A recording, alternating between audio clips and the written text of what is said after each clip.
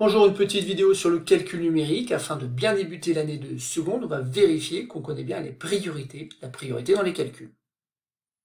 Et pour cela, donc, je vais vous demander de faire ces trois opérations sans jamais, bien sûr, utiliser la calculatrice afin de vérifier donc, que vous connaissez bien les priorités dans les calculs. C'est pour cela donc que vous allez devoir appuyer sur pause et attendre un petit peu avant de lire la suite de la vidéo où vous aurez donc une correction de cet exercice.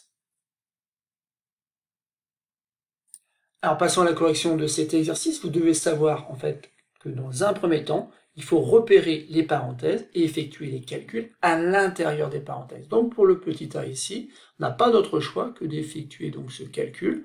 Moins 3, moins 7. Alors moins 3, moins 7, ça revient à dire que j'ai perdu 3, j'ai perdu 7, donc c'est bien moins 10.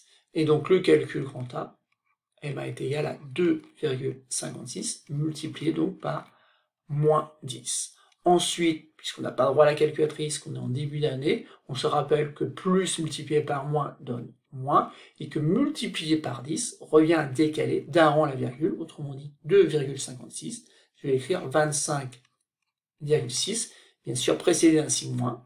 On obtient donc le résultat, grand A est égal à moins 25,6. Donc ici, première chose à repérer dans ce premier calcul, c'était qu'en fait ici, les parenthèses déterminent donc une première priorité. On continue, petit b, cette fois-ci, donc le piège, ce serait d'effectuer 2 plus 8 qui donne 10, mais en fait on ne peut pas le faire, puisque dans un premier temps déjà, il va falloir calculer à l'intérieur de ces parenthèses. Et donc ici, 4 moins 7, j'ai gagné 4, j'ai perdu 7, ça fait moins 3. Mais vous devez aussi vous rappeler que devant ces parenthèses, il y a un signe multiplié, parce que 8 facteur de 4 moins 7, c'est tout simplement 8 multiplié donc par le résultat qu'on obtient en effectuant le calcul à l'intérieur des parenthèses.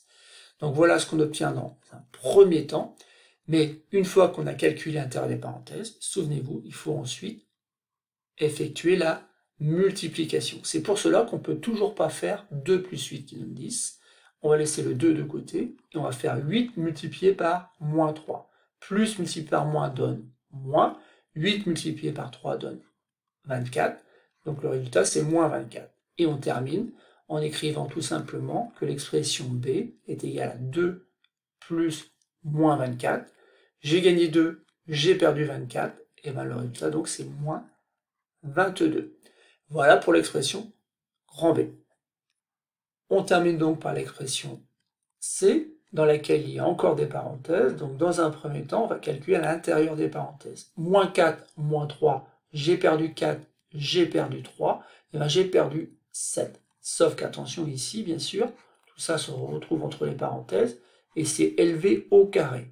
Donc on a cette expression-là, 2 multiplié par moins 7 au carré.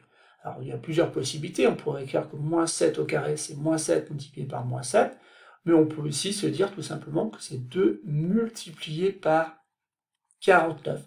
Oui, ici, on ne peut pas faire 2 multiplié par moins 7 dans un premier temps pour élever au carré, ça ne marche pas.